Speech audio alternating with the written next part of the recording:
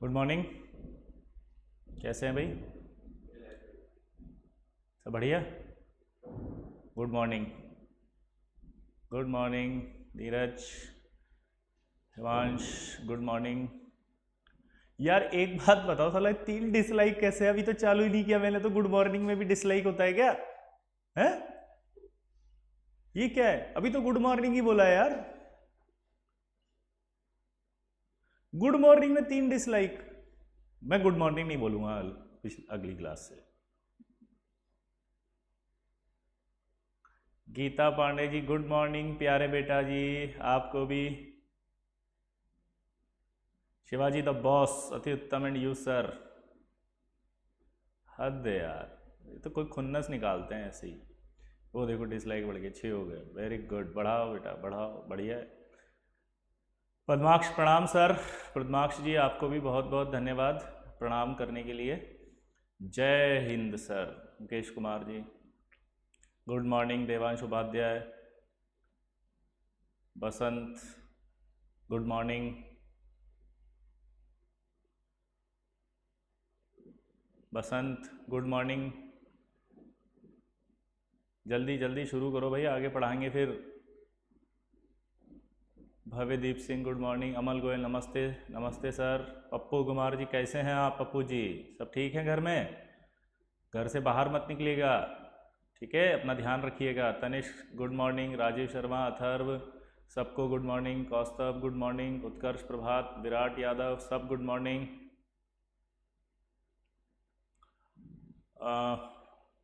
Soumitra Nayak good morning. Good morning good morning good morning. Saumitra good morning. चलें आगे बढ़ें, अगर आज्ञा है तो बोलो, स्टार्ट करें। पुरुषोत्तम जी कैसे हैं आप? गुड मॉर्निंग आपको भी। स्मार्ट डीपी लगा रखा है आपने अपने IPHO का जब आप सेलेक्ट हुए थे, तो वेरी गुड। उत्कर्ष तिवारी शुरू कीजिए। बोल दिया भाई, उत्कर्ष बोल दिया। अब बस आप शुरू करेंगे बस। चलिए सबका यस सर आ रहा है। Yup yup okay yes. तो कल एक सवाल दिए थे हम। क्या सवाल दिए थे बताओ? कि अगर कोई x एक एलिमेंट है और यहां पर आपका z है और ये a है, और यहां से अगर मैं अल्फा निकाल दूं, ठीक है, तो आपके जो बन रहा था वो यहां पर x z-2 और ये a-4, तो ये आपस में क्या होंगे? इसको पेरेंट न्यूक्लियाई कहते हैं, ये डॉटर न्यूक्लियाई होती है। तो रिलेशन बिटवीन पेरेंट न्यूक्लियाई और डॉटर न्यूक्लियाई आपको बताना था। चलो बताओ क्या रिलेशन है इन दोनों के बीच में?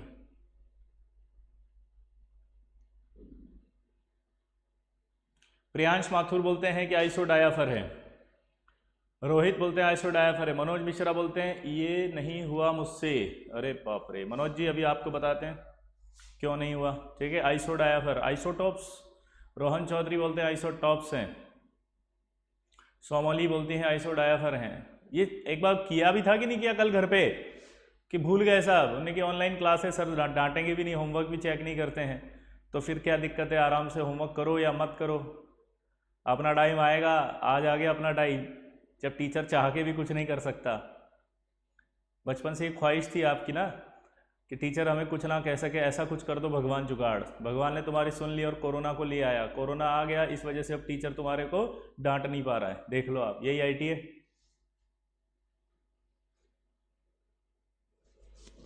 आइसोडायाफर वैशाली जी बोल रही हैं, बट नॉट आइसोटॉप।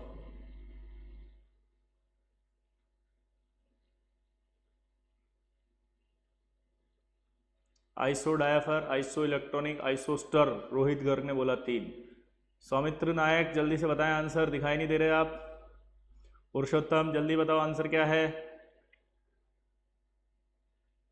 शाओमिली,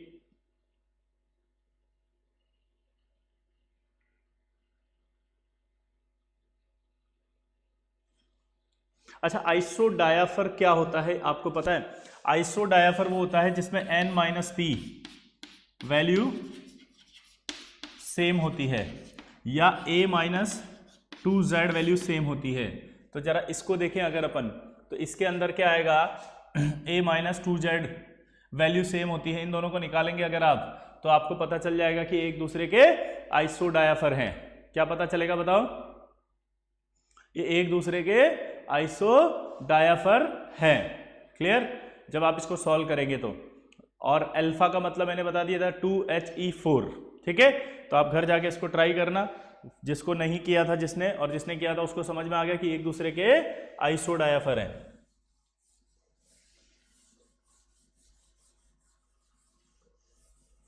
अब जो अगला आता है वो आता है आपका क्वांटम नंबर। अब सवाल ये आता है कि क्वांटम नंबर क्या होता है।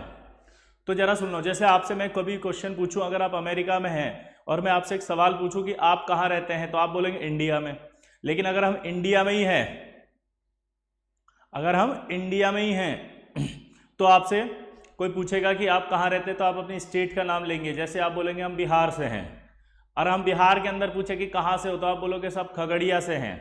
खगड़िया के अंदर पूछेंगे तो आप अपना गली मोहल्ला बोल देंगे कि सर ये मकान में रहते हैं, गली के अंदर, वो देखिए वो पगडंडी के उधर जो साइड में गली जाता है, उसके बाद जो लेफ्ट से जाएंगे तो राइट से मुड़ेंगे, और राइट से मुड़ करके टेढ़ा जाके इधर जाएंगे तो दायां मकान हमरा है। तो मकान हमरा है, इसका मतलब आपका एक आइडेंटिफिकेशन पता चल गया।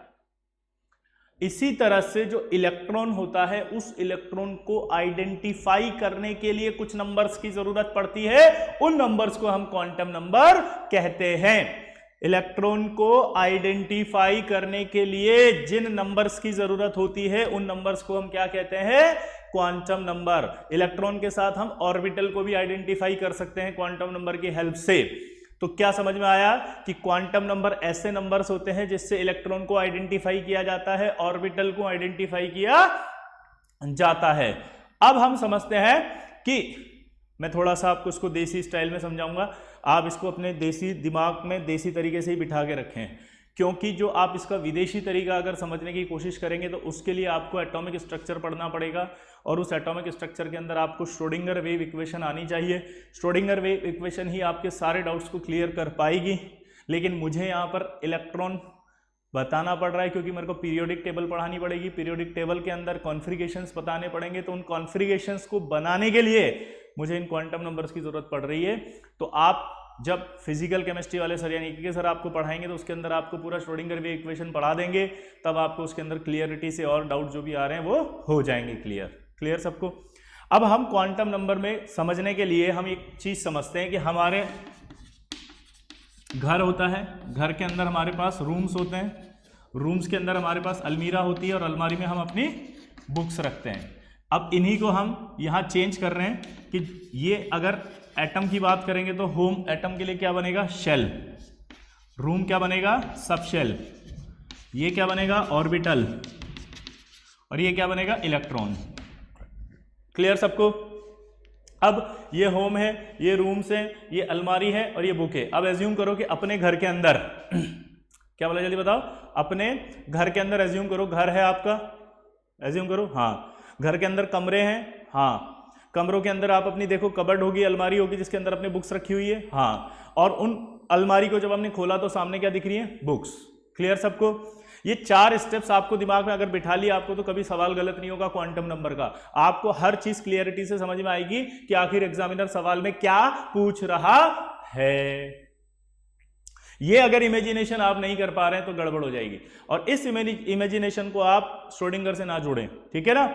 अगर आप एटम के अंदर ये ढूंढने की कोशिश करने लग जाएंगे कि कैसे ऑर्बिटल है, कैसे ऑर्बिटल, कैसे सबशेल, कैसे शेल, तो वो नजर नहीं आएगा। लेकिन आप सवालों को समझने के लिए या सवाल को करने के लिए इमेजिनेशन बिठाते हैं तो आपके सारे सवाल हो जाएंगे। क्लियर? तो कभी इन दोनों को मिक्स मत करना। क्लियर? चलते हैं अब अपन। अब यहां पर अगर मुझे इलेक्ट्रॉन पर जाना है तो मुझे कितने नंबर चाहिए? 1, 2, 3, 4। तो सवाल आएगा कि इलेक्ट्रॉन को आइडेंटिफाई करने के लिए कितने क्वांटम नंबर्स की जरूरत पड़ती है? तो आंसर देंगे आप 4। अब आपसे पूछेगा ऑर्बिटल्स, ऑर्बिटल्स को आइडेंटिफाई करने के लिए कितने क्वांटम नंबर की जरूरत पड़ती है? तो आप बोलेंगे 1, 2, 3। कितने? 3। नहीं आए समझ बात? जल्दी बोलो। हाँ, तो 2 सवाल आपके पास पक्के हो गए। पहला कि इलेक्ट्रॉन को आइडेंटिफाई करने के लिए किसकी जरूरत पड़ेगी? तो इलेक्ट्रॉन को आइडेंटिफाई करने के लिए जरूरत पड़ेगी 4 क्वांटम नंबर्स की। ऑर्बिटल को आइडेंटिफाई करने के लिए कितने की? 3 की जरूरत पड़ेगी। कितने की? 3 की। क्लियर सबको? 2 सवाल कंप्लीट। अब 4 क्वांटम नंबर कौन कौन सी होती है वो देखते हैं अपन। पहली प्रिंसिपल क्वांटम नंबर, ठीक है। दूसरी अजीमुथल क्वांटम नंबर, तीसरी मैग्नेटिक क्वांटम नंबर और चौथी स्पिन क्वांटम नंबर। इसको ऐसे भी लिख सकते हो और ऐसे भी लिख सकते हो। क्लियर सबको? चलो बोलो दोबारा से, कितनी क्वांटम नंबर होती हैं? पहली प्रिंसिपल क्वांटम नंबर, दूसरी अजीमुथल क्वांटम नंबर, तीसरी मैग्नेटिक क्वांटम नंबर और चौथी spin quantum number. Clear? Simple है। पहला सवाल, ऑर्बिटल वर्ड आ रहा है, होता क्या है? कुछ नहीं होता, जहां पर इलेक्ट्रॉन पाए जाने की मैक्सिमम प्रोबेबिलिटी पाई जाती है उसे ऑर्बिटल कहा जाता है। ऑर्बिटल किसे कहते हैं बताओ? जहां इलेक्ट्रॉन पाए जाने की मैक्सिमम प्रोबेबिलिटी होती है उसे क्या कहा जाता है? ऑर्बिटल। ठीक, चलो अब सवाल पूछ रहा है आपसे। पहला, इसकी खोज किसने की थी? प्रिंसिपल क्वांटम नंबर की खोज किसने की थी? चलो बताओ आंसर फटाफट।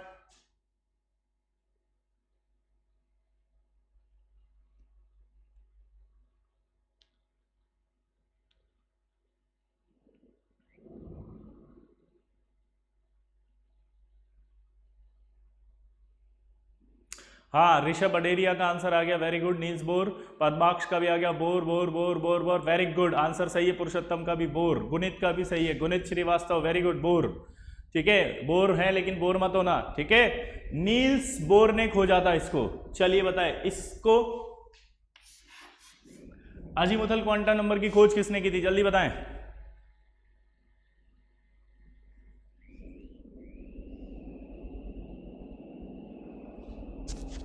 हाँ सोचे, फटाफट सोचे।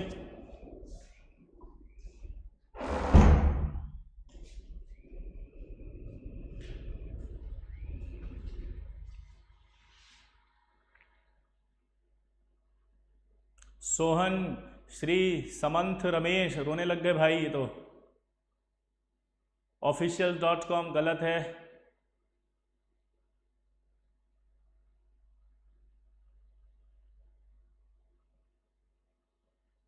सौमित्र का सही है, वेरी गुड। कई बच्चों का सही आने लग गया आंसर, वेरी गुड। सोमरफील्ड ने खोजा था इसको। चंद्र कुमार किसने खोजा था? सोमरफील्ड। किसने? सोमरफील्ड। अगला, इसको खोज किसने खोजा था बताओ? मैग्नेटिक क्वांटम नंबर की खोज किसने की थी बताओ? Magnetic quantum number,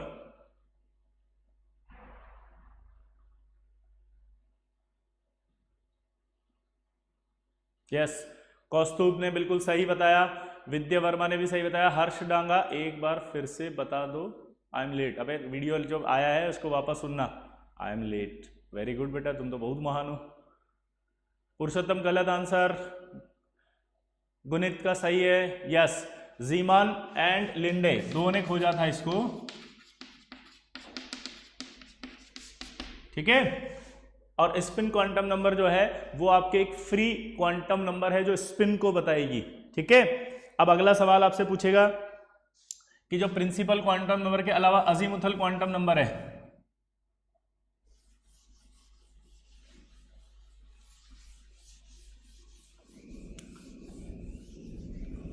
principal quantum number के अलावा जो अजीमुथल क्वांटम नंबर है इसके दूसरे नाम और क्या क्या हैं? जल्दी बताओ, और कौन कौन से नाम से इसको पुकारा जा सकता है? फटाफट से अजीमुथल क्वांटम नंबर को।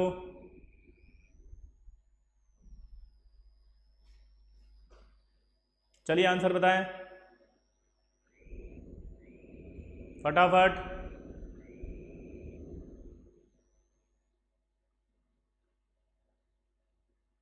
राजेश जी का बिल्कुल सही आ रहा है, सौमित्र का, भावेश माथुर सही,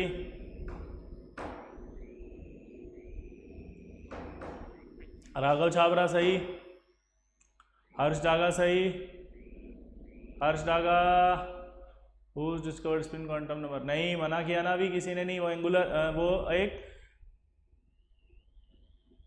हाँ अगला एंगुलर, हाँ मैं बोल देता हूँ, चलो बहुत सारे आ गए। पहला इसको खोजा था, इसके जो नाम थे सोमरफील्ड ने खोजा था। पहला नाम इसका था सब्सिडरी क्वांटम नंबर, क्या नाम था? Subsidiary quantum number. दूसरा था एंगुलर क्वांटम नंबर, तीसरा था सेकेंडरी क्वांटम नंबर, ठीक है। तो जल्दी से बताएं इसके क्या क्या नाम बने। पहला एंगुलर क्वांटम नंबर, दूसरा सब्सिडरी क्वांटम नंबर, तीसरा सेकेंडरी क्वांटम नंबर, और चौथा हमने पढ़ा अजीमुथल क्वांटम नंबर। क्लियर सबको? तो यहां तक की कोई दिक्कत आपको? सिंपल है, ठीक। अब आप आगे बढ़ते हैं, पहला प्रिंसिपल क्वांटम नंबर, ठीक है।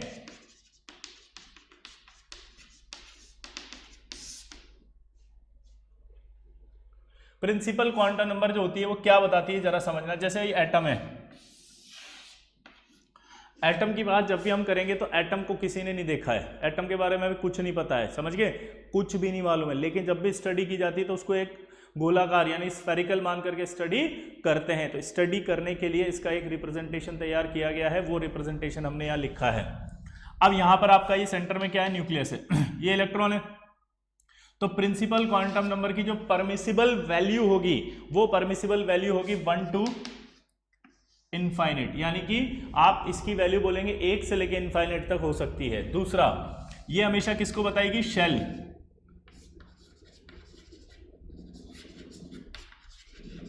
एनर्जी लेवल या ऑर्बिट, किसको बताएगी, बोलो, ये बताएगी सबसे पहले शेल, एनर्जी लेवल और ऑर्बिट। यानी अब सवाल बन गया एक फटाफट। पहला सवाल ये होगा कि शेल, एनर्जी लेवल और ऑर्बिट कितने हो सकते हैं एक एटम में, यानी एक एटम में कितने पॉसिबल शेल हैं। तो आप बोलेंगे इनफाइनाइट, क्योंकि ये शेल को बताती है। तो शेल को बताती है यानी इसकी हर वैल्यू एक शेल को बताएगी। तो ये इसकी वैल्यू 1 से लेकर कहां तक हो सकती है, इनफाइनाइट तक, यानी हर एटम में कितने हो सकते हैं, इनफाइनाइट शेल। अब जैसे माने मैंने पूछा कि यूरेनियम में कितने पॉसिबल शेल हैं, तो आप क्या बोलोगे, सीधा इनफाइनाइट। आप उसका आउटर शेल नहीं बोलोगे, आउटर शेल तो उसका लास्ट कॉन्फ़िगरेशन है, लेकिन उसमें जो शेल उपस्थित है वो तो इनफाइनाइट है। वो जो 7th आप बोलोगे वो क्या बोलोगे, उसका आउटर शेल। अगर शेल पूछूं पॉसिबल कितने, तो इनफाइनाइट। क्लियर? तो पहला सवाल हो गया कि 1 से लेकर इनफाइनाइट वैल्यू होगी। दूसरा सवाल हो गया कि क्या बताता है, तो दूसरा सवाल है कि शेल को बताएगा। शेल का दूसरा नाम एनर्जी लेवल होता है, उसको बताएगा। एनर्जी लेवल का दूसरा नाम होता है ऑर्बिट, ऑर्बिट को बताएगा। ठीक है। तीसरी बात, ये डिस्टेंस को बताता है, डिस्टेंस ऑफ इलेक्ट्रॉन। देखिए आप, अगर इलेक्ट्रॉन यहां है, फर्स्ट शेल है ये, और ये सेकंड, तो ये डिस्टेंस बढ़ गई। थर्ड बढ़ गई। तो ये distance of electron from nucleus भी बताता है। क्या बोलेगा, जल्दी बताओ, distance of electron from nucleus भी बताएगा। तो डिस्टेंस को भी बताएगा ये। ठीक है। डिस्टेंस के अलावा अगला पॉइंट जो है वो एनर्जी, किसको बताता है, ये एनर्जी को भी बताता है। ठीक है, इलेक्ट्रॉन की एनर्जी को भी बताएगा। तो आपसे पूछेगा कि प्रिंसिपल क्वांटम नंबर क्या क्या बताता है, तो पहला आप बताओगे एनर्जी को बताता है, दूसरा बताओगे डिस्टेंस को बताता है, तीसरा बताओगे शेल को रिप्रेजेंट करता है ये, चौथा बताओगे कि शेल कितने हो सकते हैं कि 1 से लेकर इनफाइनाइट तक हो सकते हैं, पांचवा बताओगे कि खोजा किसने था, नील्स बोर ने। ठीक है। ये सारी चीज़ें आपको ध्यान होनी चाहिए। जब तक ये याद नहीं होंगी आप इसके सवाल नहीं कर सकते। जेईई एडवांस में ये सब सवाल जो मैंने बोले नहीं आते हैं, जेईई मेंस में ये सारे सवाल आते हैं। नीट अगर दे रहे हो तो उसमें सारे सवाल आते हैं, लेकिन एडवांस में ऐसे सवाल नहीं आते। एडवांस में जो सवाल आते हैं वो मैं आपको आगे कराऊंगा। कब? जब चारों क्वांटम नंबर कंप्लीट होंगी उसके बाद, चारों क्वांटम नंबर कंप्लीट होंगी उसके बाद भी एक और सवाल पढ़ना पड़ेगा हमें, पाउली एक्सक्लूजन प्रिंसिपल, एक और पढ़ना पड़ेगा हर्ट्ज रूल, एक और पढ़ना पड़ेगा इलेक्ट्रॉनिक कॉन्फ़िगरेशन। जब ये सब कंप्लीट होंगे तब जाके सवाल बनेंगे जेईई एडवांस के, क्योंकि वो इन सबको मिक्स करके नया सवाल बनाएगा। तब आपको लगाना पड़ेगा अपना दिमाग, जो आपके पास शायद नहीं है, उसी को हम डेवलप कर रहे हैं ताकि वो डेवलप हो जाए। जो आपके पास नहीं है वो पैदा हो, और पैदा होने के बाद डेवलप हो।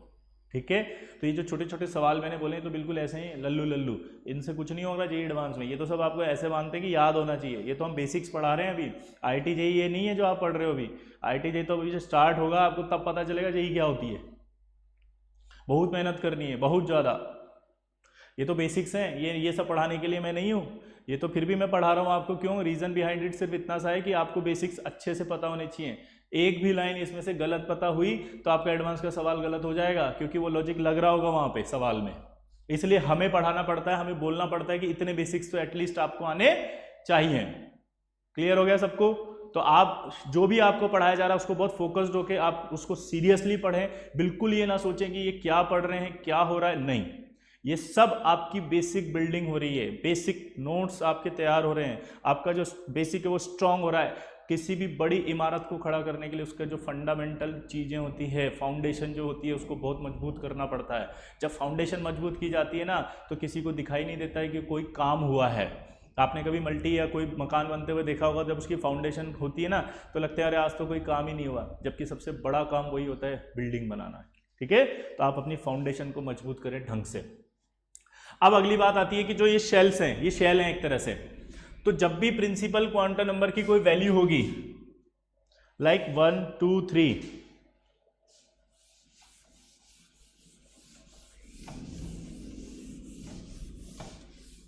तो उसके हर वैल्यू के लिए एक शेल डेजिग्नेट किया गया, यानी फर्स्ट शेल को आप नाम दे सकते हो के शेल, या उल्टा बोल सकते हैं, ये के जो है, समझ गए, वो ये आ सकता है।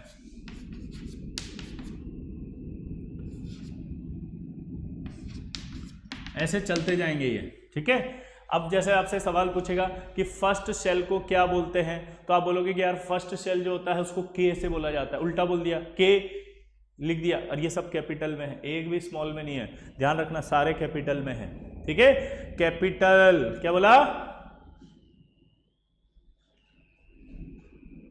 अब आपसे बोलेगा कि के शेल जो है वो कौन सा होता है बताओ, तो बोलोगे फर्स्ट शेल को बोलते हैं। के के बाद एल आ गया तो क्या, सेकंड शेल को बोलते हैं। एम आ गया तो कौन सा होता है, थर्ड शेल। एन आ गया तो कौन सा होता है।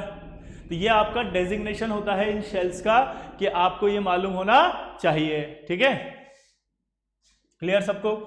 अब इसके बाद ये क्या बताता है कि हमारे पास एक शेल में, शेल की बात कर रहा हूं, एक शेल में कितने सब शेल्स हैं, यानी कि अपने घर में कितने कमरे हैं, समझ गए।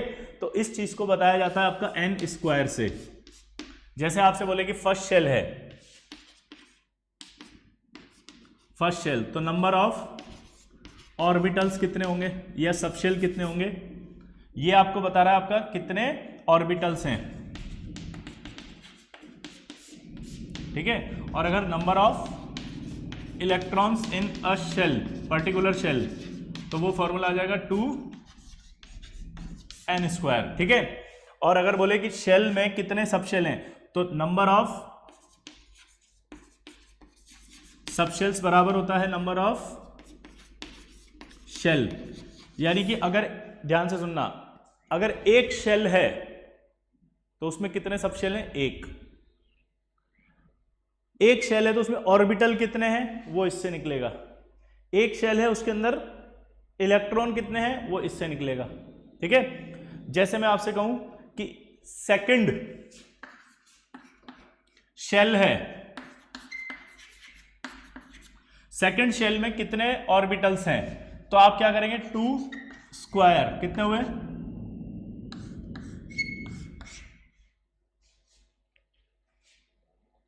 सेकंड शेल में कितने ऑर्बिटल्स हैं, 4, और कितने इलेक्ट्रॉन्स हैं, तो आपका हो जाएगा फॉर्मूला नंबर ऑफ इलेक्ट्रॉन्स के लिए कितना आएगा, ये बोलो, क्लियर सबको। तो नंबर ऑफ इलेक्ट्रॉन्स की बात करें तो 2n स्क्वायर आएगा, और अगर नंबर ऑफ ऑर्बिटल्स की बात करें तो n स्क्वायर आएगा, और नंबर ऑफ सबशेल्स की बात करें तो नंबर ऑफ शेल जितने होंगे उतना ही आएगा। ये अभी हम और डिटेल में पढ़ने वाले हैं, क्योंकि अजीमुथल क्वांटम नंबर अभी पढ़ने वाले हैं। ठीक है, तो अगला आपका अजीमुथल क्वांटम नंबर।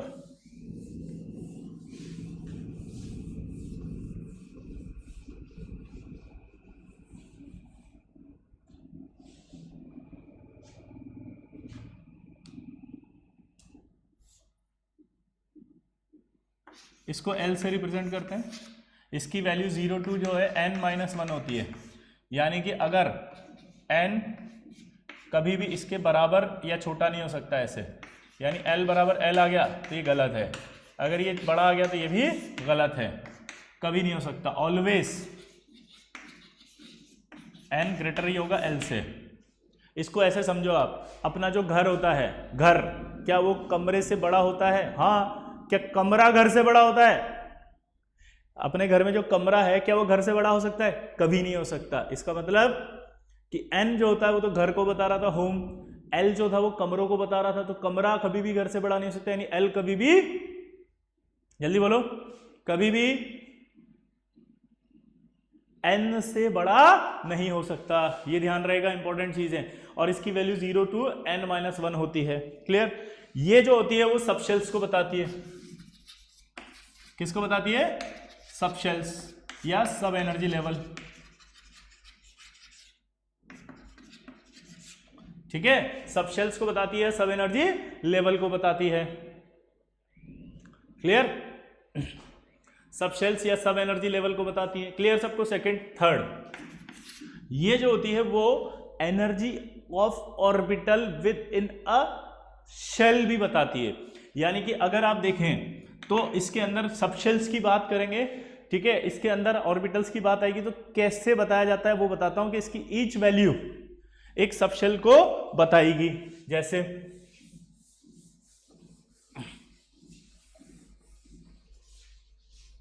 इसकी ईच वैल्यू जो है सबशेल को बताएगी। सपोज n = 4 है, तो l = क्या क्या होगा? देखो 0 1 2 3, क्योंकि हमें पता है कि इसकी वैल्यू, l की वैल्यू कहां से कहां तक होती है? 0 to n-1। ठीक है, अब जब l की वैल्यू 0 है तो जो नेम ऑफ ऑर्बिटल है या सबशेल है वो क्या होगा? s। अगर इसकी वैल्यू है तो ये क्या होगा? p। अगर 2 है तो इसका d, और अगर 3 है तो इसका f। ये आपको हमेशा याद होना चाहिए। ये अगर आपको याद नहीं है तो फिर आप केमिस्ट्री में कुछ नहीं कर पाएंगे। क्लियर सबको? यहां ध्यान दो मेरी तरफ। आपसे बोला s, l की वैल्यू बताओ फटाफट, तो आपको तुरंत s देखते ही माइंड में आना चाहिए l = 0। अगर आपको बोले कि p खट से आते ही आपके दिमाग में आना चाहिए p, l = 1, d खट से d आते ही l = 2, f l = 3। ये दिमाग में हमेशा रहना चाहिए। कुछ भी हो जाए दिमाग में फिक्स हो गया, फिक्स हो गया, फिक्स हो गया। अगर सवाल आएंगे तो इसी से आएंगे, वरना नहीं आएंगे, वरना नहीं आएंगे, नहीं आएंगे, गलत हो जाएगा, सवाल ही नहीं हो पाएगा आपसे। आप सोचते रहोगे इसको कैसे सोचते हैं, तो इसके सोचने के लिए दिमाग में फिट होना चाहिए आपके। अब ठीक, इसके बाद जो आपसे बात करें तो SPD के जो नाम थे वो किससे बताए थे? शार्प, प्रिंसिपल, डिफ्यूज्ड और फंडामेंटल। ठीक है, ये लैटिन भाषा के नाम है। इनका फर्स्ट लेटर लिया गया है, ये देखो SPDF। ठीक है, लैटिन भाषा के। और ये जो S होता है वो स्फेरिकल होता है, ये जो P होता है वो डंबल शेप होता है, D जो होता है वो डबल डंबल होता है, और F की कॉम्प्लेक्स स्ट्रक्चर होती है। ठीक है, दोबारा से देखें, S क्या होता है? स्फेरिकल। ये क्या होता है? डंबल। ये क्या होता है? Double dumbbell. और ये क्या होता है? कॉम्प्लेक्स। आराम से दोबारा से समझेंगे। S के बारे में अगर कभी बोले तो S कैसा होगा? स्फेरिकल। P बोले तो कैसा होगा? डंबल। ठीक है, ये कैसा होगा? Double dumbbell. और ये कैसा होगा? कॉम्प्लेक्स। क्लियर? ये टेबल आपके दिमाग में फिट हो जानी चाहिए। अगर ये टेबल आपके दिमाग में फिट है तो आपका कोई सवाल गलत नहीं होगा क्वांटम नंबर से। क्लियर? क्लियर? हाँ या ना? ये नेम ऑफ ऑर्बिटल्स बोलो या सबशेल बोलो, एक ही बात है। ठीक है ना? ये नेम ऑफ ऑर्बिटल, क्योंकि ऑर्बिटल्स भी इन्हीं के नाम आते हैं, सबशेल भी इन्हीं के नाम आते हैं, लेकिन इसको क्लियरली अगर बोले तो सबशेल होगा। ठीक है, क्लियर सबको? आगे देखो,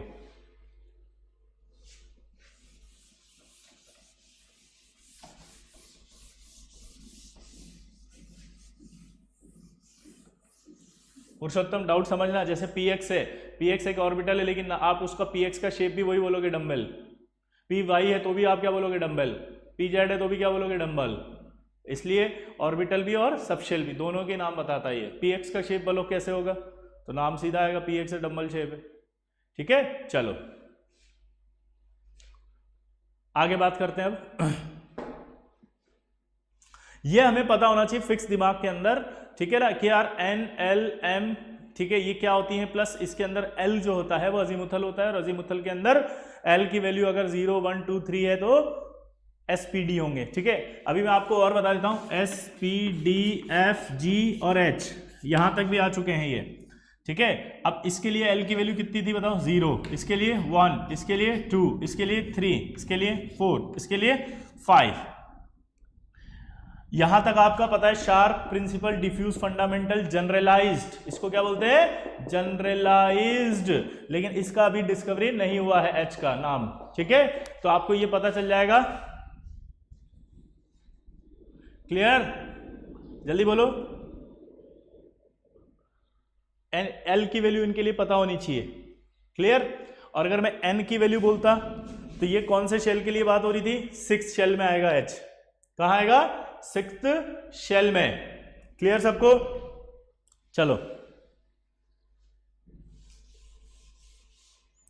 अब जो मैं कह रहा था यहां पर अजीमुथल क्वांटम नंबर की बात, तो अजीमुथल क्वांटम नंबर आपके सबशेल्स को बताती है और इन्हीं सबशेल्स के एनर्जी को भी बताती है विद इन शेल। अगर मैं एनर्जी की बात करूं तो SPDF,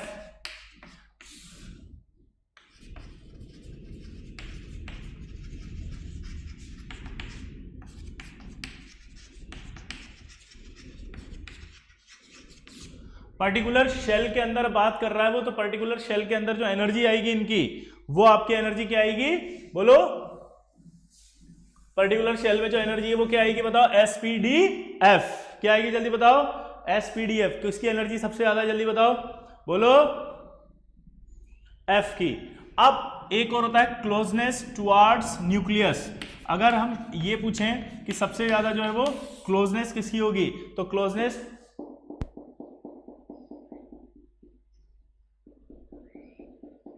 टुवर्ड्स न्यूक्लियस क्या होगा, SPDF।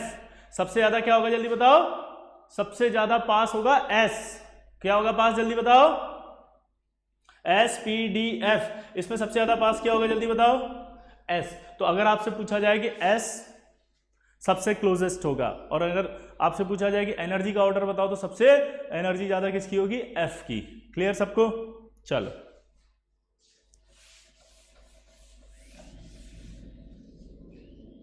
क्लियर सबको। अब यहां पर जब बात आती है तो अब फिर से समझना, अभी मैंने सवाल क्या कराया था कि एक शेल में नंबर ऑफ ऑर्बिटल निकालना हो तो n², और अगर इलेक्ट्रॉन निकालना हो ये तो क्या है, नंबर ऑफ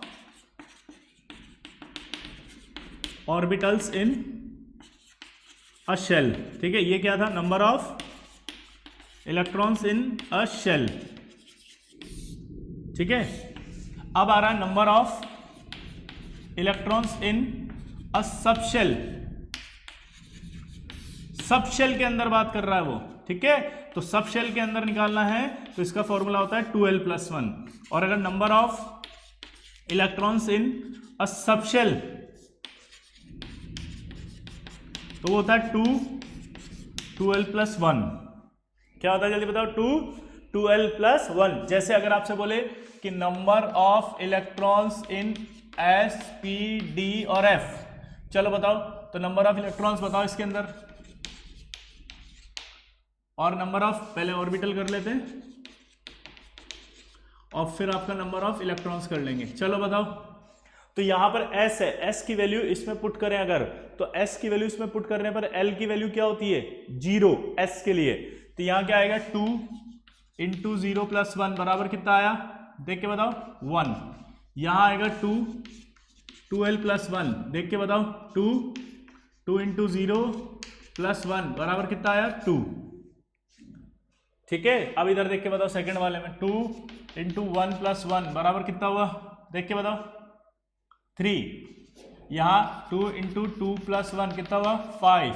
यहां 2 × 2+1 कितना हुआ, बोलो, 7। G और H भी ले लें अगर हम, तो क्या होगा, 2 × 3+1 कितना हुआ, जल्दी बोलो,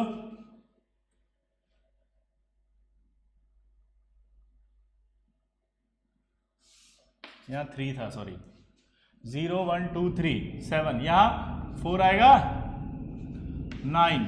यहां क्या आएगा, 2 × 5+1 कितना हुआ, 11। तो ये तो आ गए इनके अंदर नंबर ऑफ ऑर्बिटल्स। यानी आपसे अगर सवाल पूछा जाए कि G सबशेल में कितने ऑर्बिटल्स हैं, तो आप बोलेंगे 9।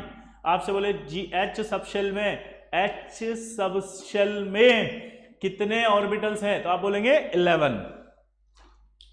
अब नंबर ऑफ इलेक्ट्रॉन्स की बात कर लो, तो ऐसा नहीं लग रहा जस्ट डबल हो जाते हैं, क्योंकि यहाँ 2 मल्टीप्लाई करना है बस, तो यानी एक ऑर्बिटल में मैक्सिमम 2 इलेक्ट्रॉन रहते हैं। ये क्लियर हो गया यहाँ तक, क्योंकि डबल हो रहा है जस्ट, तो इनके डबल कर दो जस्ट। ये तो इसका था पहले वाले का, ऊपर सॉल्व करेंगे तो 2l की जगह 0 किया था मैंने, और 0 इंटू 0 + 1 किया तो कितना आया था 1। यहाँ अब इसका मल्टीप्लाई करो 6, 10, 14, 18 और 22, तो ये इलेक्ट्रॉन्स आ गए। तो अब ये सारे सवाल बन रहे हैं आपके, क्या सवाल बने जल्दी बताओ, जल्दी बताओ। पहला कि s ऑर्बिटल में मैक्सिमम कितने इलेक्ट्रॉन रहेंगे, तो आप बोलेंगे साहब मैक्सिमम इलेक्ट्रॉन कितने रहेंगे 2, ठीक है। मैक्सिमम इलेक्ट्रॉन कितने रहेंगे भाई 2, और ऑर्बिटल कितना होगा 1। p में कितने मैक्सिमम नंबर ऑफ इलेक्ट्रॉन्स होंगे 6, d में मैक्सिमम इलेक्ट्रॉन कितने होंगे 10, ठीक है। f में मैक्सिमम कितने होंगे 14, g में कितने होंगे 18, और h में कितने होंगे 22। तो ये आपके नंबर ऑफ इलेक्ट्रॉन्स देखना आ जाएगा। क्लियर सबको, सिंपल है। तो यहां पर आपको सब समझ में आ गया कि यार नंबर ऑफ इलेक्ट्रॉन कैसे देखते हैं, नंबर ऑफ शेल्स में और नंबर ऑफ सब शेल्स में, ठीक है। ये तो नंबर ऑफ क्या थे शेल्स का मैंने बताया था, और ये क्या बताया मैंने नंबर ऑफ सब शेल्स का, ठीक। चलो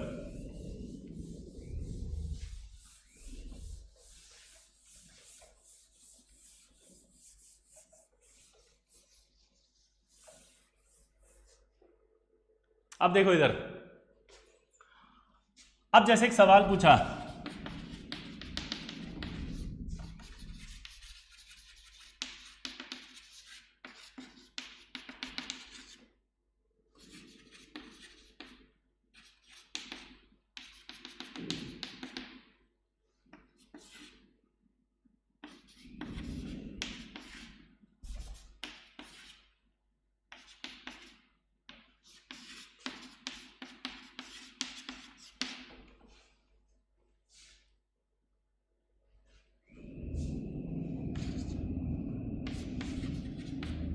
चलो बताओ।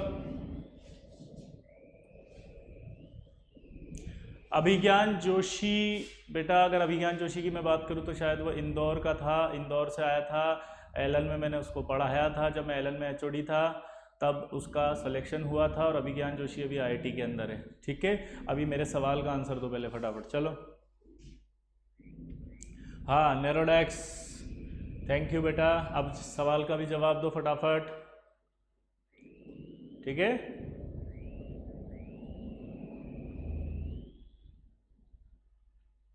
ऋषभ सिंह गलत आंसर, पता नहीं क्या लिख दिया आपने। हाँ सिद्धार्थ वेरी गुड, गो कोरोना बेटा, बहुत अच्छी थिंकिंग है अब आपकी, इस सवाल को भी करो ताकि और अच्छी थिंकिंग हो जाए। ऑल एग्जिस्ट, कौन बोला ये, मनीष कुमार गलत answer. Anisha Samantaray, all very good, अरे वाह अनीशा जी आप भी आ गई, थैंक यू वेरी मच। कैसी हैं आप, सब ठीक है उड़ीसा में? अनीशा जी सब ठीक है, चलिए very good. None exist, all not exist. Alpana Pandey 4 होगा सर, 2D 4 नॉट एग्जिस्ट। अब देखो इस सवाल को कैसे करते हैं अनीशा जी, यस सर सब ठीक है, चलिए आंसर दीजिए अनीशा जी।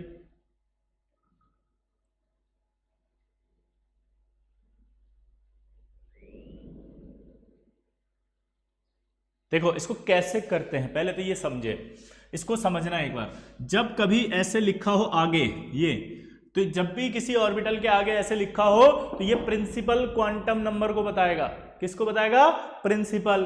तो यानी इस शेल के लिए n की वैल्यू कितनी लिखोगे आप? 3, और l की वैल्यू g के लिए बताओ कितनी थी। अब g के लिए याद करने के लिए मैंने बताया था s p d f g h, और यहां बताया था l की वैल्यू 0 1 2 3 4 5, तो g की वैल्यू यहां पर कितनी आ रही है? 4। और मैंने आपको कहा था कि कभी भी ऐसा नहीं हो सकता है कि l ज्यादा हो या बराबर हो, ऐसा कभी नहीं हो सकता, ज्यादा हो या बराबर हो। इसका मतलब ऐसा कोई ऑर्बिटल एग्जिस्ट नहीं कर सकता नेचर में जिसमें n की वैल्यू छोटी आ रही हो l से, या बराबर आ रही हो। यहाँ तो बड़ा ब्लंडर हो रहा है, छोटी आ रही है, ये एग्जिस्ट नहीं करेगा। यहाँ देख के बताओ अब n की वैल्यू 4, h की वैल्यू कितनी है 5, l बड़ा आ रहा है, एग्जिस्ट नहीं करेगा। n की वैल्यू 3, f की वैल्यू देख के बताओ 3, ये तो बराबर आ गया, एग्जिस्ट नहीं करेगा। इसकी वैल्यू 2 और d के लिए कितनी है, l की वैल्यू 2, ये भी बराबर आ रहा है, एग्जिस्ट नहीं करेगा। इस तरह के सवाल आपसे पूछे जाएंगे तो आप कर देंगे, जल्दी बताओ हाँ या ना, पक्का। जिन जिन बच्चों का आंसर 2D आया था उनको समझ में आया ये कि ये सवाल कैसे करते हैं? अरे समझ में आया कि नहीं आया? पक्का सबको समझ में आ गया? हाँ तो बोल दिया करो यार।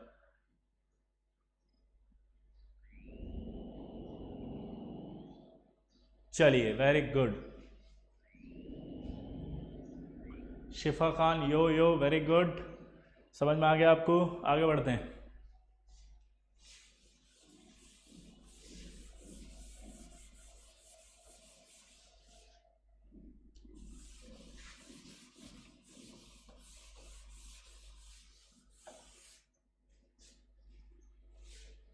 क्लियर? अगला आता है m। m जो होता है वो प्रिंसिपल क्वांटम नंबर के बाद अगला जो आया था अजीमुथल, अजीमुथल के बाद अगला आया कौन सा? Magnetic quantum number.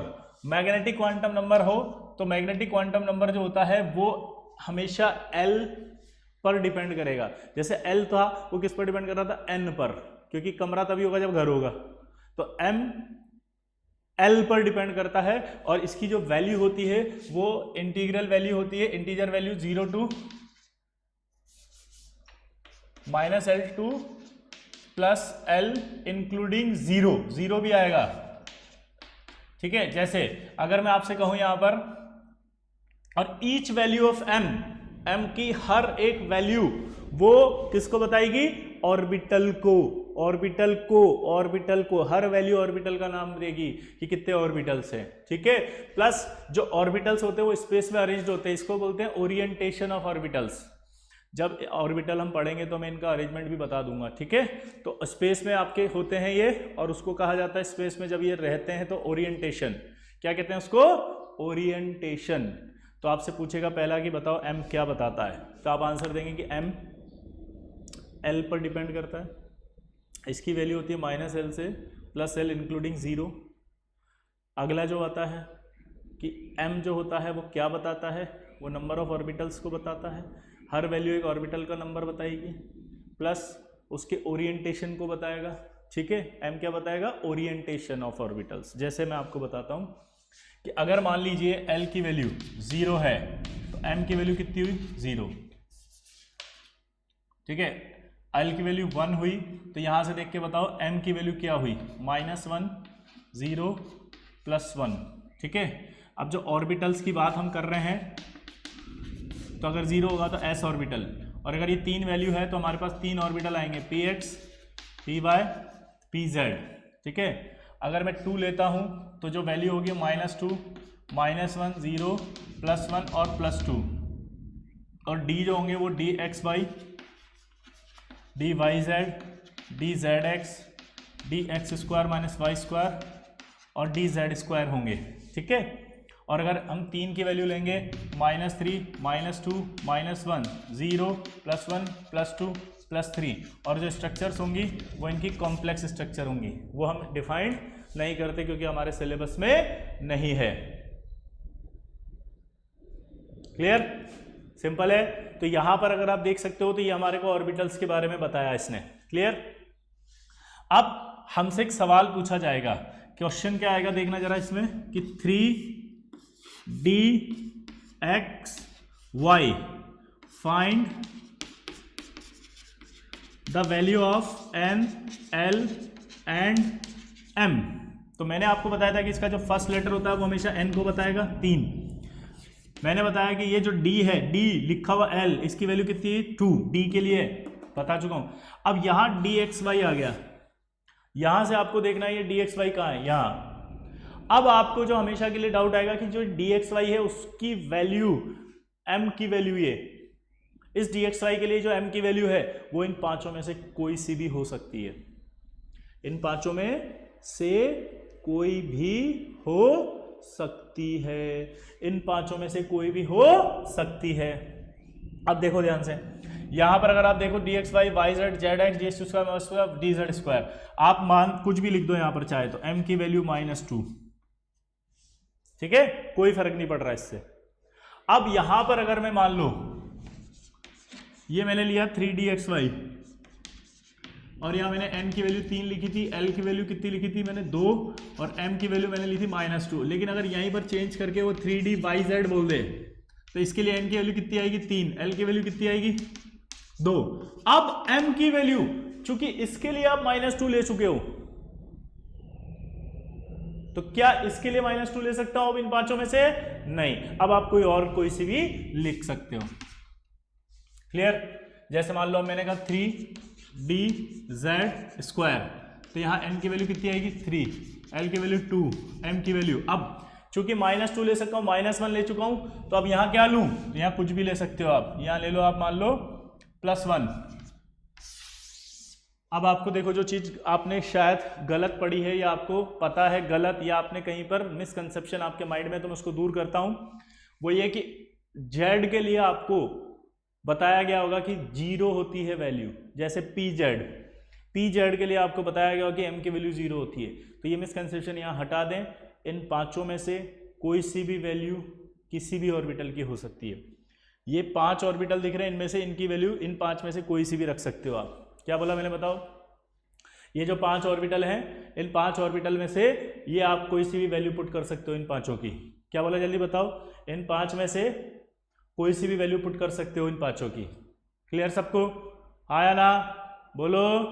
अच्छा, इसी तरह से ये जो 3 दिख रहे हैं ना, pxy pz, इनमें से भी इन तीनों की कोई सी भी वैल्यू पुट कर सकते हो इनमें से।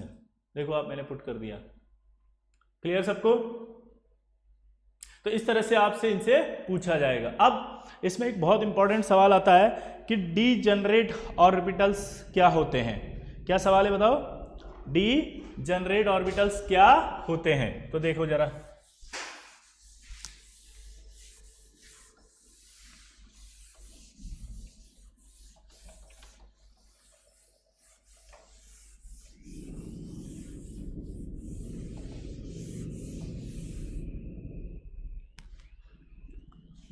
चैतन्य भोला, समझ में आ रहा है बेटा?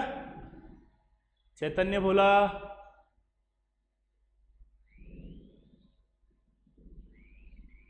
कोई सी भी वैल्यू ले सकते हैं। राघव छाबरा कह रहा कौन सी वैल्यू कब ले? कोई सी वैल्यू कभी भी ले लो आप, तो इन पांचों में से कोई भी वैल्यू ले लो, ठीक है।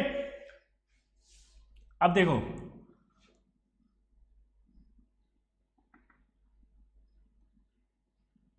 डीजनरेट ऑर्बिटल्स क्या होते हैं। जैसे मान लो मैं 5 डी ऑर्बिटल बनाता हूं, तो अभी मैं आपको 5 डी ऑर्बिटल बना के बताता हूं। इस तरह से हम बनाते थे।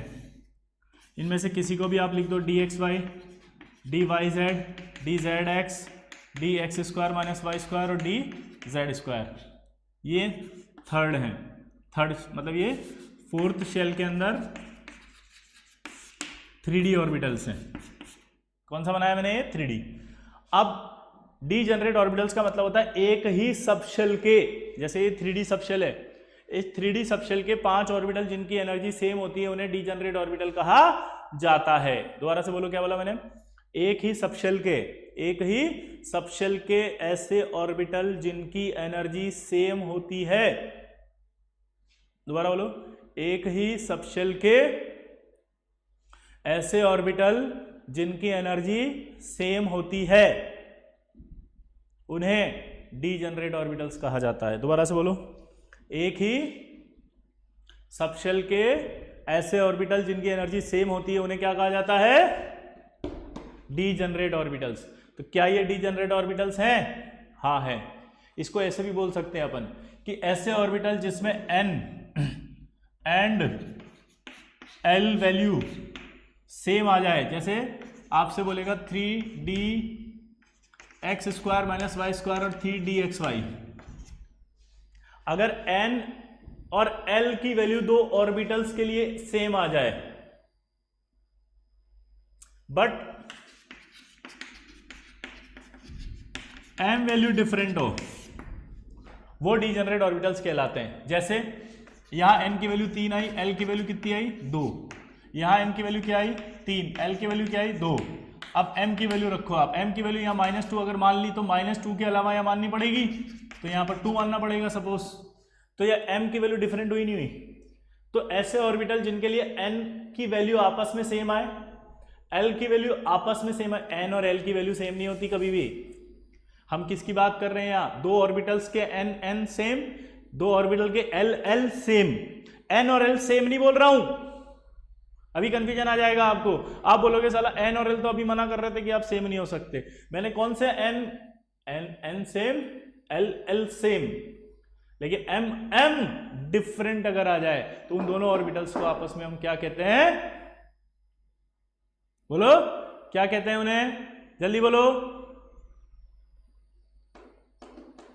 Degenerate orbitals.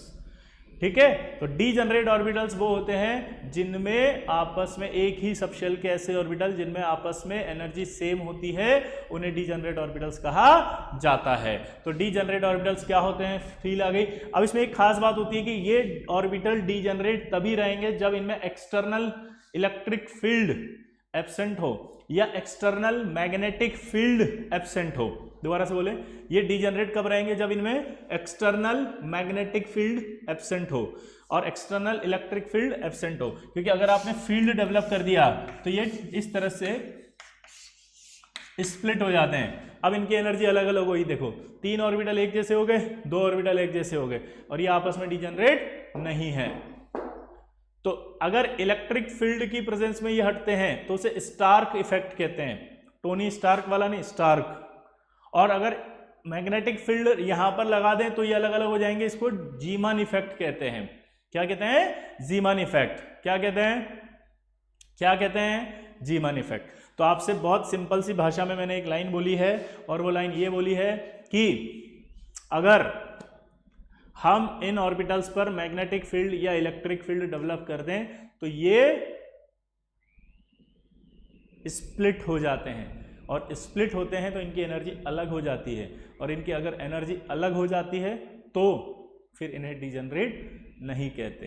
डीजनरेट ऑर्बिटल्स, देसी में फिर से बोल रहा हूं, आराम से समझो, ऐसे ऑर्बिटल जिनकी एनर्जी सेम होती है लेकिन एक ही शेल के होने चाहिए वो सारे, या फिर टेक्निकली बोलें तो ऐसे ऑर्बिटल जिनमें आपस में n की वैल्यू, आपस में l की वैल्यू सेम हो बट आपस में m की वैल्यू डिफरेंट हो। ठीक है।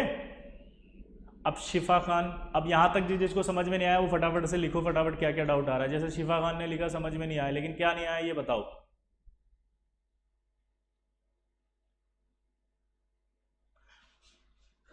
ये ऐसे समझो, फोर्थ शेल है तो n की वैल्यू क्या क्या होगी, 0 1 2 3। क्लियर। तो फोर्थ शेल जब होगा तो n की वैल्यू क्या, l की वैल्यू क्या होती है, 0 2 n-1। तो यानी l हमेशा क्या आया होगा, एक कम d के लिए। तो जब मैं अभी लिखूंगा कॉन्फ़िगरेशन तब आपको समझाऊंगा कि l एक कम आएगा। ठीक है, एक डाउट आपका क्लियर हुआ जो मैंने बोला। अगर मैं फोर्थ शेल लूंगा तो l हमेशा एक कम आएगा, एक कम। तो मैं बता, are orbitals and subshells same thing और डिफरेंट? बेटा डिफरेंट थिंग है। मैं अभी आपको एक टॉपिक पढ़ाऊंगा इसके बाद, जब क्वांटम नंबर खत्म होगी तो ऑर्बिटल्स, उन ऑर्बिटल्स के बारे में आपको फिर मैं एक्सप्लेन करूंगा। वैसे आप समझ सकते हो कि शेल, ये पूरा शेल है, यानी कि आपका कमरा जो है वो है सब शेल, और उस कमरे के अंदर एंटर करो आप तो बहुत सारी अलमारियां जो दिखाई देंगी वो है ऑर्बिटल्स। ये box they are called orbitals, and ये जो लार्ज बॉक्स है पूरा का पूरा एक, that is called subshell. ये डिफरेंट होते हैं। प्लीज थोड़ा धीरे धीरे, मैं पढ़ ही नहीं पा रहा। 3D कौन से शेल में हुआ बेटा, फोर्थ शेल में हुआ। ये हम आपको इलेक्ट्रॉनिक कॉन्फ़िगरेशन में बता देंगे, मनीष कुमार, आपको सब समझ में आ जाएगा। आराम से रुक जाओ अभी। Devansh Gupta, sir instead of 4 it should be 3। नहीं, थर्ड शेल नहीं होगा वो। ठीक है, फोर्थ शेल में ही 3D आएगा, ये मैं आपको बता दूंगा। ठीक है देवांश गुप्ता, बिल्कुल सही है। ठीक है, आपको अभी इलेक्ट्रॉनिक कॉन्फ़िगरेशन समझ में आएगा। दिव्या शर्मा, अरे ऊपर चला गया वो। सर जब अलग होते हैं तो उसको क्या कहते हैं, वो मैं नहीं पढ़ा। अनीशा सावंत को, is it necessary to mention m of orbital same shell and subshell be different? Is it necessary to mention m of orbital, ये आप लिख सकते हैं। ठीक है, सब शेल के अंदर। तो 3dxy से निकले कैसे वैल्यू लिखें, 3dx से nlm की वैल्यू कैसे लिखें, बहुत सिंपल है। n की वैल्यू यहां लिखी थी 3, l की वैल्यू d था, इसकी वजह से 2 लिखा, m की वैल्यू कोई भी ले सकते हैं ना, अभी बताया था -2, -1 0, +1 और +2, इन 5 में से कोई भी वैल्यू रख सकते हो इसको छोड़ के, क्योंकि ये वैल्यू इसके लिए लिख दी अभी आपने, ठीक है। अगर m की वैल्यू भी यार सारे इधर उधर खिसक गए। What are the x y z, ये अभी हम बताएंगे आपको ऑर्बिटल्स में। शांभवी, जब हम अगली क्लास में ऑर्बिटल्स के बारे में पढ़ेंगे तो हम बताएंगे। Padmaksh means orbitals are inside shell, yes बिल्कुल। पुरुषोत्तम सर, अगर हमें एग्जांपल लें हाइड्रोजन का तो उसमें तो इनफाइनाइट होते हैं, अभी हम बात करेंगे ये 3D और 3P वाली, अभी मत करो ये पुरुषोत्तम, हम जब n+l रूल पढ़ेंगे तब मैं उसमें एक्सप्लेन करूंगा आपको ये, ठीक है। अभी अपने डाउट को होल्ड रखना पड़ेगा। If m value same then, m value same नहीं हो सकती ना दो ऑर्बिटल की प्रियांश, m वैल्यू सेम नहीं हो सकती, ये देखो कोई भी वैल्यू सेम नहीं है m की, ठीक है। जीमन इफेक्ट क्या होता है शिवांश? जीमन इफेक्ट होता है कि अगर इन ऑर्बिटल्स को मैग्नेटिक फील्ड में रख दें तो ये स्प्लिट हो जाते हैं, और अगर ये स्प्लिट हो जाते हैं तो फिर उस कंडीशन में ये जो इफेक्ट है इसका नाम होता है जीमन इफेक्ट, ठीक है। सर स्प्लिटिंग में 3 ऑर्बिटल्स ऊपर क्यों नहीं गए, ये तो बेटा अगले साल आपको पता लगेगा 12वीं क्लास में। इसका एक टॉपिक आता है कोऑर्डिनेशन केमिस्ट्री, जहां स्प्लिटिंग क्लियरली एक्सप्लेन की जाती है, ठीक है। शिफा खान, बट सर हमें m की वैल्यू 2 टाइम्स तो नहीं ले सकते। अरे 2 ऑर्बिटल होंगे ना dx के, तो 2 में से कोई भी एक वैल्यू यहाँ रखो, एक वैल्यू यहाँ रखो, तो अलग अलग आएगी ना। ये 5 है एक्चुअली, जब भी आपको समझना होगा तो इन 5 से समझना होगा। इन 5 में से कोई भी एक वैल्यू किसी एक के लिए, तो फिर अगली वैल्यू किसी अगले के लिए दूसरी ही तो आएगी इनमें से। शिफा खान, एक बार दोबारा लेक्चर को सुनना प्लीज, है ना, आपको अच्छे से समझ में आएगा। दोबारा समझ के दोबारा पढ़ने की जरूरत है इसको, ठीक है। सर 2 अलग अलग सबशेल के ऑर्बिटल नहीं, कभी नहीं हो सकते, 2 अलग अलग के कभी डिजनरेट नहीं होंगे। स्वयं था star effect please tell. Sir सुनो, जब इसको इलेक्ट्रिक फील्ड में, कभी भी याद रखो इलेक्ट्रिक स्पार्क जो होता है ना, करंट आता है, वो करंट किससे आता है? इलेक्ट्रिसिटी से, तो स्पार्क। तो स्टार्क इफेक्ट कब होगा? जब इलेक्ट्रिक फील्ड में रखेंगे और उसकी वजह से ये अलग अलग होंगे, तो उसे क्या कहेंगे? Stark effect. अरुण यादव, आपको जो भी समझ में नहीं आ रहा प्लीज लिख के दें, और इस लेक्चर को दोबारा सुने अच्छे से। ये लाइन लिखने से कि मुझे समझ में नहीं आ रहा, आप एक कमजोर विद्यार्थी की श्रेणी में आना चाहते हैं क्या? नहीं, आप ये कहोगे सर आज अभी नहीं आया, मैं इस लेक्चर को पूरा सुन के अच्छे से पूरा समझ के फिर अगली क्लास में आपसे डाउट पूछूंगा, ठीक है। दैट इज द स्पिरिट, ये स्पिरिट डेवलप करो आप, आएगा आपको समझ में, क्यों नहीं आएगा? ठीक है, आप इंटेलिजेंट हैं, कोशिश करें, आएगा। सर एक सिंह हो गया। Salman, why these orbital split in जीमन effect, ये तो आपको मैं अगली क्लास मतलब अगले साल जब आएगा कोऑर्डिनेशन केमिस्ट्री एक टॉपिक, उसमें एक्सप्लेन करूंगा कि स्प्लिट क्यों होते हैं। सर ये एक्स वाई वैल्यू कैसे निकाला? मैंने कोई वैल्यू नहीं निकाला, मैंने तो सिर्फ ये वैल्यूज निकाली थी, और इन वैल्यूज में से कोई सी भी एक वैल्यू पुट कर दी थी। आप यहाँ 2 की जगह 1 भी लिख सकते हो, क्योंकि ये सारी वैल्यू डी के लिए है, ठीक है। ये किसके लिए? सारी वैल्यू डी के लिए। सर आप क्रिस्टल फिल स्प्लिटिंग पढ़ा रहे हैं ना? हाँ, अगले साल coordination chemistry. Can we ask doubts in Telegram group? Yes, समझ गए सर। अल्पना पांडे जी का आ गया। अनुराग कुमार, स्टार्क इफेक्ट और जीमन इफेक्ट में डिफरेंस क्या है? डिफरेंस है, स्टार्क इफेक्ट में इलेक्ट्रिक फील्ड लगाया जाता है तब स्प्लिटिंग होती है, और जीमन इफेक्ट में मैग्नेटिक फील्ड लगाया जाता है। अनुराग कुमार, आप वापस से लेक्चर को सुनेंगे आज, ये आपका होमवर्क है। शिफा Khan, got it sir, very good, that's the spirit. अभी देखो, आप थोड़ा सा स्पिरिट आपको रखनी पड़ेगी। स्पिरिट ये रखनी है कि आईटी करनी है साली, और जेई एडवांस ऐसी चीज है कि एक बार में समझ में नहीं आ सकता भाई, आपको 2-2, 3-3 बार आदत डालनी पड़ेगी, तब जाकर ये दिमाग में कॉन्सेप्ट घुसेंगे। अभी तक आपने क्या पढ़ा? आपने नोट्स पढ़े, आपने स्कूल का पढ़ा, आपको स्कूल में जो भी सर ने बताया वो पढ़ लिया, लेकिन यहां पर ऐसा नहीं होता। हर चीज क्लियर होनी चाहिए आपकी, क्योंकि कहां कौन सा कनेक्ट होगा ये हमें नहीं पता चलता। तो आपको एक स्पिरिट रखनी पड़ेगी। लेक्चर समझ में नहीं आया तो साला दोबारा देखो, दोबारा नहीं तो तिबारा देखो। मैंने जितना कंटेंट बोला है वो सब समझ में आएगा, क्योंकि ये कोई आज का नहीं है, वर्षों के गहन अध्ययन से निर्मित है भाई, वर्षों के गहन अध्ययन से। तो ये कंटेंट ऐसा है कि इसमें सब कुछ छुपा हुआ है, सारे आंसर छुपे हुए हैं, कोई डाउट नहीं आएगा, ये क्लियर है लास्ट तक। लेकिन आपको अगर एक बार में समझ में नहीं आया तो ये आप इसको 2 बार 3 बार 4 बार जितनी बार देखना पड़े देखो साला, ठीक है, पर हिम्मत मत हारना। एनर्जी स्प्लिटिंग, एनर्जी वैल्यू निकालना अरे यार ये अभी सलीम राजा तुम है ना 12th या लीडर के हो, इन छोटे छोटे बच्चों को परेशान कर रहे हो कमेंट लिख के। जब न की वैल्यू 3 आती है तो 4, अरे यार मनीष जी मैं आपको जब इलेक्ट्रॉनिक कॉन्फ़िगरेशन पढ़ाऊंगा तब आपको समझ में आएगा कि 4th शेल में 3D ऑर्बिटल होता है, ठीक है। श्रेया गुप्ता सर आप पूरी साल लाइव लोगे क्या? गुणित श्रीवास्तव कहाँ और जेड स्क्वायर कहाँ से आया, ये भी आ गया समझ में आपको।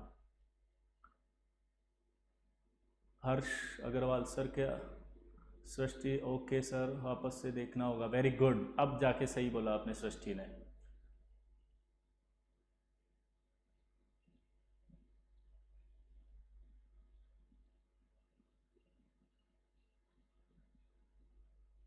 चलिए अब आपका टाइम खत्म, ठीक है। अगर आपको आज का वीडियो पसंद आया तो लाइक किया करो साला, लाइक से ज़्यादा तो डिसलाइक हो जाते हैं, ठीक है। अगर आपको ये वीडियो पसंद आया तो प्लीज़ लाइक करो, अच्छे से लगना चाहिए, क्योंकि जब तक ये लाइक ज़्यादा से ज़्यादा नहीं होगा ये ऊपर नहीं आएगा, सर्च में ऊपर नहीं आएगा, तो फिर आपको नहीं दिखाई देगा और आपके फ्रेंड्स या आपके दोस्त जो नीडी हैं जिनको ज़रूरत है उनको दिखाई नहीं देगा। तो अगर पसंद आया है तो प्लीज़ लाइक ज़रूर करना, एक लाइक किसी का फ्यूचर बना सकता है जिसको ये लेक्चर दिख जाएगा, ठीक है। चलिए नेक्स्ट क्लास में मिलते हैं, थैंक यू।